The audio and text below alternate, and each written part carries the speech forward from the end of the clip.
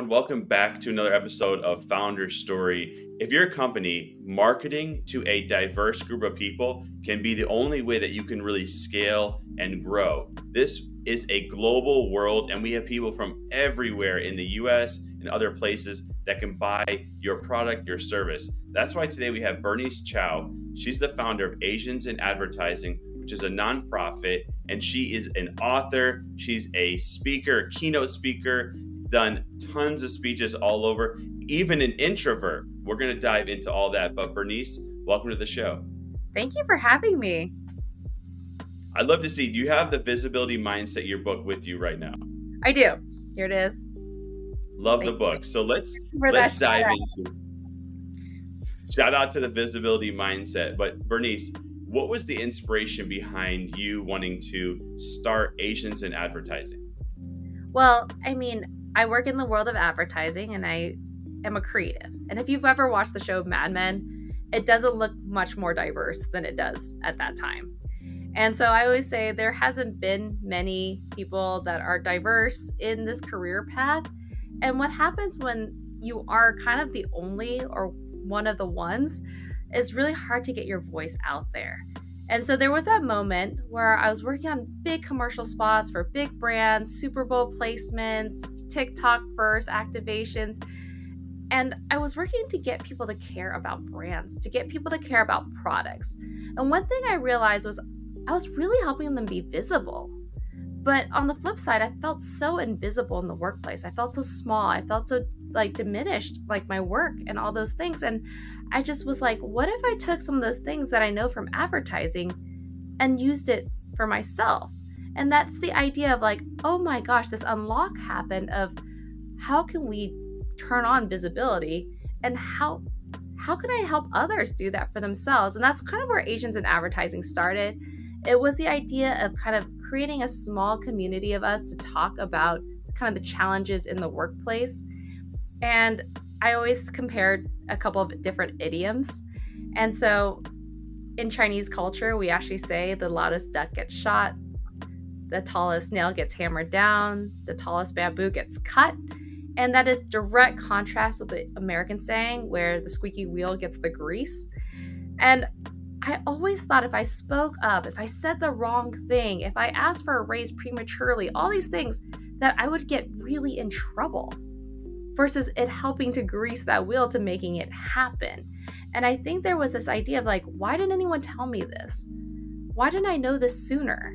And if I had, how would that have changed my career? And so I would like to say we're a very small community, and well, that was the idea. The idea was just to get a few of us one-on-ones together, have these real honest conversations about our career or trajectory. And this is born out of the pandemic when we're all home. And it was hey, let's just put a website, let's just put a Zoom out, and let's just see what can happen.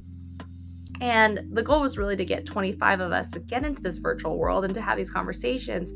And when 650 people signed up, it was oh my gosh, I am not one of one. There's plenty of us out there that feel the same way. And what does that look like moving forward that we can really show impact into the community? So I'm really pleased to say that we're 2.5 years out and we have 6,000 and we're global. We offer mentorship, scholarship, and events. No, that's incredible. Isn't it crazy how sometimes we feel like we're the only one, we're siloed, we don't realize that other people feel the same way, and people that maybe we didn't even know felt the same way. So it sounds like you're really helping. I've seen the same thing with my wife. She immigrated from the Philippines, and similar culture around don't speak up, don't say what's on your mind, and watching how corporate jobs are really the opposite. So thank you for sharing all that. I'd love to dive into the visibility mindset and the importance of mentorships.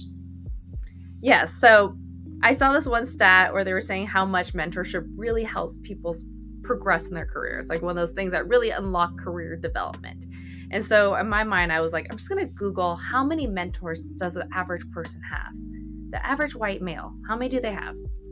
And it was 3 to 5 was the number that I got back. And I was a little bit shocked because at this time, I wouldn't say I had one mentor. I would say I maybe had half, like maybe that manager that we had that one-off lunch, maybe he's a mentor. We haven't really communicated that. And so this idea is like, I never really established those relationships. And culturally, asking for favors or asking for things is really, it's rude. It's really impolite. It's a bother. How can you bother someone with importance with something that you should be able to handle is kind of how I was always taught. And so this idea of like, how do I get a mentor? How do I close that gap? And how do I even start? And so I remember going to lunch with one of my managers, being like, I see you as a mentor. I'm just going to put it out there. And after that, I was like, okay, how can I be conscious of this mentorship? Like, how can I really facilitate a lasting relationship where I'm not just asking for help, I'm giving value in return. And so this idea of like, okay, this is an ongoing relationship. This isn't me just asking for help when I need it. This is someone I trust as a friend, and that, I can kind of call and they can call on me. And so that really changed how I looked at mentors and kind of who was in my mentorship circle. I agree with you. Mentorship has been something that has critically changed everything that I do personally. So I've felt that, and it can be uncomfortable to ask for mentorships and wanting to make sure that the person is getting the same value as you being the one that's the mentee. So if somebody was to come to you and say, I want you to be my mentor, what would you say is something that you would get from the same value as that person? That's a great question. I guess, if they went to me straight off like the bat and was like, yeah, I want you to be a mentor, I would kind of be like, okay, let's schedule some talks. Let's see how this goes. And just see how responsive that person is. I think one of the things that I would say for mentees out there is someone gives you advice or gives you that time to really take that in, to use it into practice. Really value that person's time. Come prepared. Come with questions. It's, sometimes I get people to come on and I'm like, well, what do you want to talk about? What's helpful today? Or if I'm still talking about the same thing we've talked about last time and the time before, right, could be kind of frustrating for someone that's spending that time with you. The mentors that I really appreciate are the ones that, we have that outside relationship. They're calling on me for help as much as I'm calling on them for help. And so I feel like with my mentees as well, the ones that I am still in touch with are the ones that regularly check up on me and I regularly check up on them. And even to this day, I call some mentees to even help me with different projects and I bring them in for things. That it's funny you say this. I have a friend, she's in her 60s, had a super successful career. She told me she has a mentor who's 22 years old. And I thought, like, how does that work? Like, why would you listen to someone that much younger than you? And she was telling me that they know so much more about things that she doesn't know. For example, social media or other things that she's not really up to speed. So it's really about the value exchange. And I'm glad you brought that up around, it's not just the value I'm getting from my mentor, but maybe I can give value back to them. We can give question and answers to each other. I know you talk a lot about unlearning. We had a guest on recently who he's a foremost expert with AI, and he was saying that the number one skill he thinks for the future is unlearning. Tell me about your thoughts around the importance of being able to do that. I mean, I think it's really important to kind of be a consummate learner, to be curious. I am one of those people that love taking online personality quizzes, like whether it's the DISC theory, the Saboteurs quiz. These are just great ways to be like, where am I at? Where can I get better? Where can I grow? Because I don't know how much time we actually just stop and go, hey, can someone give me critical feedback of who I am or where I should progress? And I love to just constantly check up on things I can fine tune and to grow. And so that's where I'm like saying, like, I love and welcome all feedback. I'm definitely one of those people that I'm like, yeah, give me that feedback. I could choose to take it or not take it, but it's really great to have that honesty, and especially from the people you trust. So if there are people in your circle, whether it is your mentors, your peer mentors, it's great to have those people that you're like, thank you for offering your expertise in that, and that's valuable. Let's talk about introverts. I feel like people give them we love labels. As much as we hate labels, I think we really love labels, right? And so people now are, oh, I'm an introvert so I can't be a speaker. I'm an introvert so I can't do this, or I'm an extrovert, I can't do that. But I feel like many times we could do anything if we really believe we can, and we try and we practice. I know you speak all over, you're an incredible speaker, you're an incredible author, but you're also an introvert.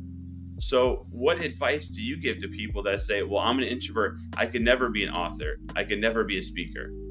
Well, first, do what makes you feel comfortable. If you feel like speaking is not for you, I'm not saying, hey, go completely outside your comfort zone, you have to do it. But if you say you want to do it and you really have that inkling to do it, just know you can. For me, it takes a lot of energy for me to be in spaces with other people. Like, I'm usually that person that's on the side of the room, and it takes me a long time to make my way in. And as soon as I feel depleted, I'm like, okay, it's time for me to go home. I don't feel like I have to spend that extra hour, that after party, the after party. I'm usually like, cool, it's like 8:30. I spend a good hour and a half. I'm good. But I would say with speaking, and if it makes you feel uncomfortable, that's okay. It did for me as well. I did a lot of practicing. One of my mentors, you talk about older mentors, I have a 70-year-old mentor that I actually do help him with his social media marketing in exchange for his vocal teaching. He's amazing. He actually has me practice in front of a mirror. And at first I was like, of course I can speak to myself in a mirror. And for some reason, like just even practicing in front of a mirror, pacing around the room and speaking it, practicing over and over so it's in your brain, like all that information sticking.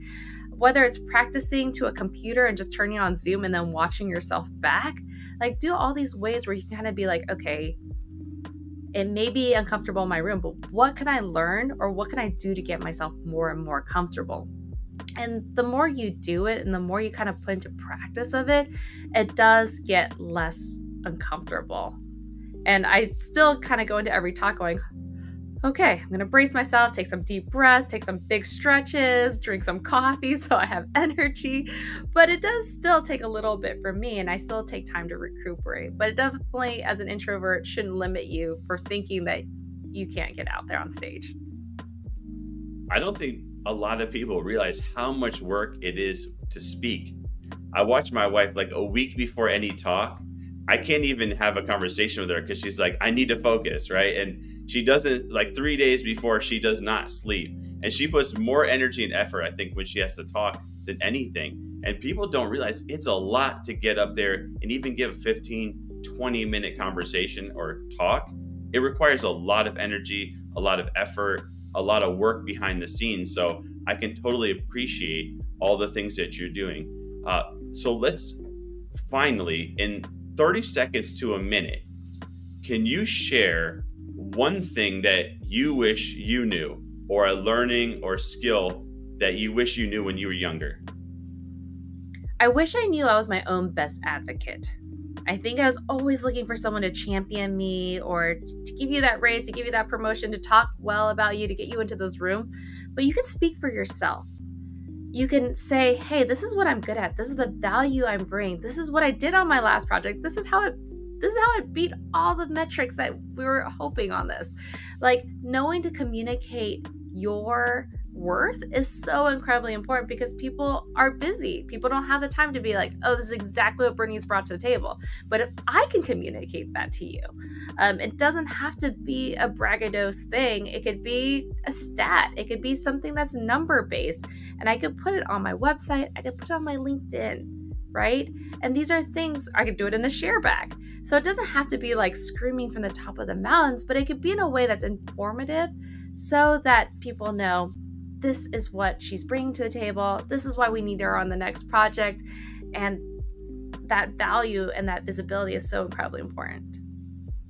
I love that, Bernice. We all need to hear that. We all need to do that. Be your best advocate. Maybe we need to brag more. Maybe we need to change the word brag from being a negative connotation to being something positive, right? Maybe society, we've looked at that all wrong. So thank you for sharing all this today. If people want to get in touch with you, maybe they want you to speak at their event, they want to buy the book, how can they do so?